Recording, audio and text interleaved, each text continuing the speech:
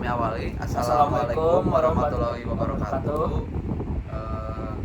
Sebelumnya kami dari Program Studi Informatika Fakultas Teknik Universitas Pasundan. Pada video kali ini kami akan mempresentasikan hasil kerja tugas besar mata kuliah dari pemrograman berorientasi objek, di mana kami mengembangkan aplikasi sistem informasi berbasis desktop dengan tema koperasi sekolah. Sebelum melangkah lebih jauh, izinkan saya memperkenalkan diri. Nama saya Muhammad Nazril Bintang Putra Darajat dengan NPM 243040026 selaku ketua. Nama saya Iksan Ferdiansyah dengan NPM 2430417. Oke, mungkin selanjutnya kita langsung lanjut saja masuk ke latar belakang dibuatnya aplikasi koperasi sistem sekolah ini. Jadi dibuatnya aplikasi ini adalah didasari oleh permasalahan real pada ekosistem koperasi konvensional yang mayoritas pencatatannya masih bersifat manual. Proses konvensional tersebut rawan terhadap human error, risiko kehilangan data log tabungan, serta lambatnya kalkulasi transaksi harian. Oleh karena itu, lewat implementasi paradigma pemrograman berorientasi objek dan library GUI Java Swing, kami merancang aplikasi ini untuk mendigitalisasi 3 fungsi operasional utama, yaitu yang pertama manajemen data anggota, kedua pemrosesan transaksi penjualan atribut, dan terakhir pengelolaan log simpanan atau tabungan siswa secara terintegrasi. Selanjutnya akan masuk ke struktur aplikasi dan pemodelan yang akan dijelaskan oleh rekan saya. Baik, di sini saya akan menjelaskan struktur kelas pada aplikasi ini. Pada aplikasi ini terdapat 6 struktur kelas, terdapat 6 kelas yang paling utama. Untuk yang pertama yaitu kelas manusia. Di sini kelas manusia itu berfungsi untuk sebagai superkelas abstrak untuk memegang atribut yang pada dasarnya itu untuk mengoperasikan. Nah, untuk kelas yang kedua yaitu ada kelas anggota. Kelas anggota itu sebagai superkelas turunan murni yang memuat spesifikasi data identitas. Dan untuk kelas yang kedua, untuk kelas yang ketiga itu ada kelas transaksi. Di mana kelas transaksi ini itu sebuah model entitas objek untuk menampung aktivitas transaksi. Untuk untuk kelas yang keempat yaitu ada kelas tabungan. Kelas tabungan ini itu bertugas untuk mengelola log riwayat simpanan tabungan siswa. Untuk kelas yang kelima yaitu adalah dashboard frame, di mana kelas ini sebagai controller sekaligus kontainer GUI utama yang menginisialisasi seluruh visual. Untuk kelas yang keenam yaitu ada kelas koperasi, yaitu di sini untuk model yang bertugas menampilkan seluruh atau hasil dari kode yang telah dibuat. Untuk penjelasan selanjutnya akan dijelaskan oleh Najril. Oke, selanjutnya di sini akan dijelaskan relasi antar kelas. Itu yang pertama itu kan di sini ada relasi pewarisan atau inheritance antara kelas anggota yang melakukan extend terhadap kelas induk yaitu manusia. Di sini anggota mewarisi field nama secara vertikal tanpa duplikasi kode lalu melemparkannya kembali menggunakan instruksi super nama ini ke konstruktor induk yaitu kelas manusia. Yang kedua adalah relasi asosiasi bertipe agregasi, di mana kelas dashboard frame itu mengadopsi prinsip has a dashboard. Dashboard memiliki penampung data dinamis berupa objek array list. Itu yang ini array list.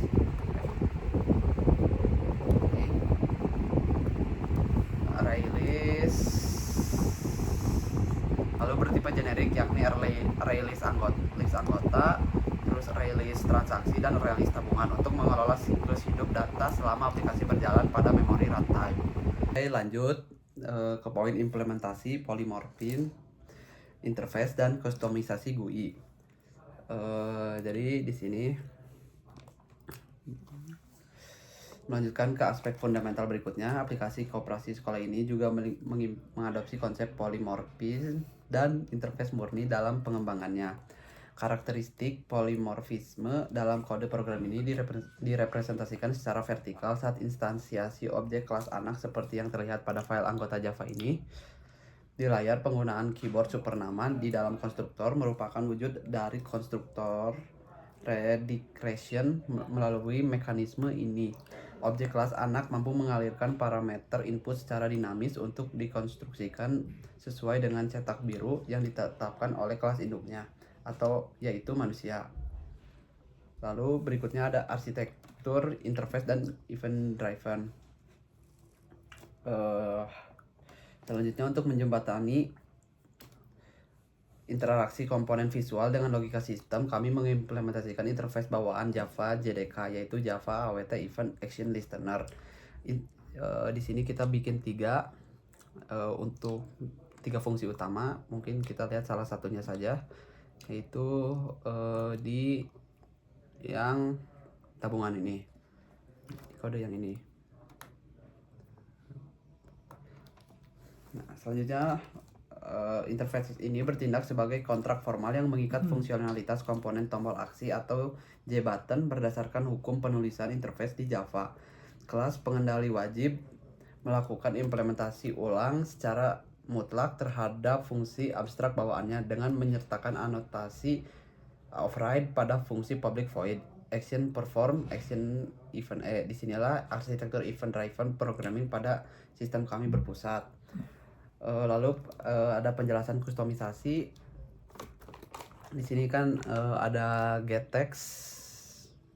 Nah, ini getText dan trims, terus ada integer parsein ini, terus ada update area tabungan.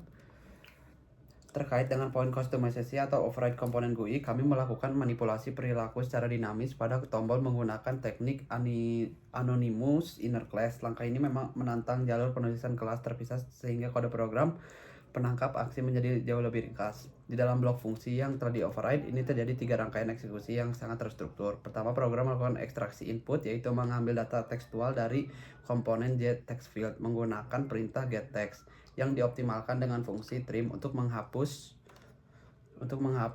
spasi liar yang ini. Nah, kedua, dilakukan validasi dan parsing numerik, yaitu mengonversi data teks tadi menjadi angka bulat menggunakan integer parsein, berarti yang ini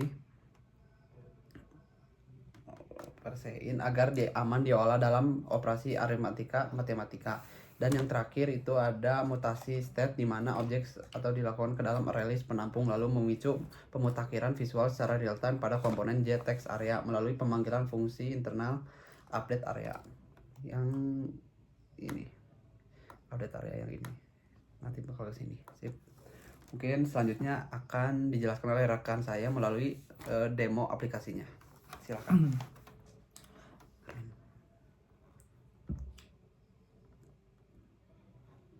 Baik, di sini saya akan menjelaskan bagaimana cara aplikasi ini bekerja dan seperti apa. Di sini bisa kita lihat di sini terdapat 3 fungsi utama, yaitu ada manajemen anggota, transaksi penjualan, dan simpanan. Nah, di setiap fungsi-fungsi ini memiliki fiturnya masing-masing. Untuk pada dashboard koperasi sekolah ini, yaitu pada manajemen anggota, di mana fungsi ini akan dikelola oleh admin. Di sini admin itu dapat menambahkan anggota. Pertama-tama admin itu dapat mengisi NIS, nama, dan kelas. Jadi kita isi NIS-nya dulu. Untuk NIS-nya bisa ngasal. Nah, untuk namanya sendiri, misalkan Iksan, kelasnya A. Nah, di sini kita dapat menambahkan anggota koperasi, anggota siswanya. Nah, di sini ada nama siswanya, ada namanya, NIS-nya, dan kelasnya sudah tercatat. Nah, pada transaksi penjualan di sini siswa dapat membeli barang seperti di sini ada 3 barang, yaitu ada buku tulis, pena, dan dasi sekolah. Nah, misalkan kita akan membeli buku tulis dan jumlah itu misalkan aja 3. Nah, di sini kita dapat melihat transaksi telah berhasil. Nah, karena kita tidak menggunakan database manapun, jadi ini akan langsung tercatat di sini. Nah, jadi karena ini pesan 5.000 dan jumlah belinya adalah 3, maka di sini sudah tertotalkan yaitu 15.000. Nah, Untuk fungsi yang selanjutnya juga di sini siswa dapat menabung atau menyimpan uang sekolahnya, uang tabungannya. Nah, di sini ada kita dapat mengisi listnya terlebih dahulu nih siswa dan jumlahnya seberapa.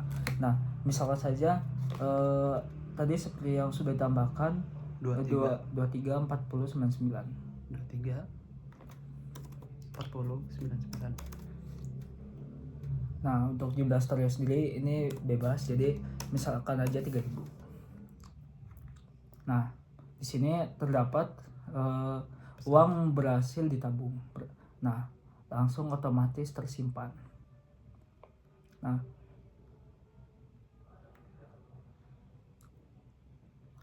kita misalkan lagi tambah anggota lagi, misal isinya itu seperti ini.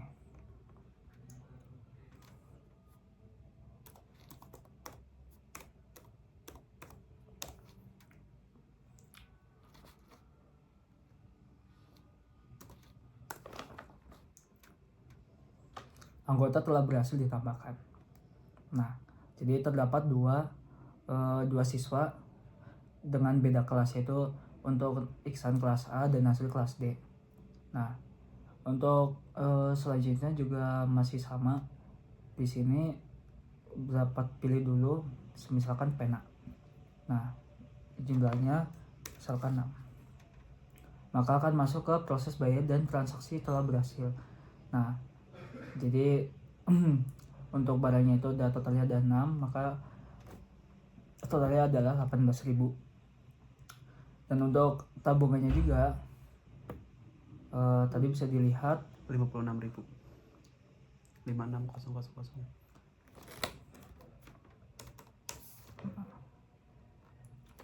Jumlah setornya yaitu 7.000. Maka uang telah berhasil ditabung.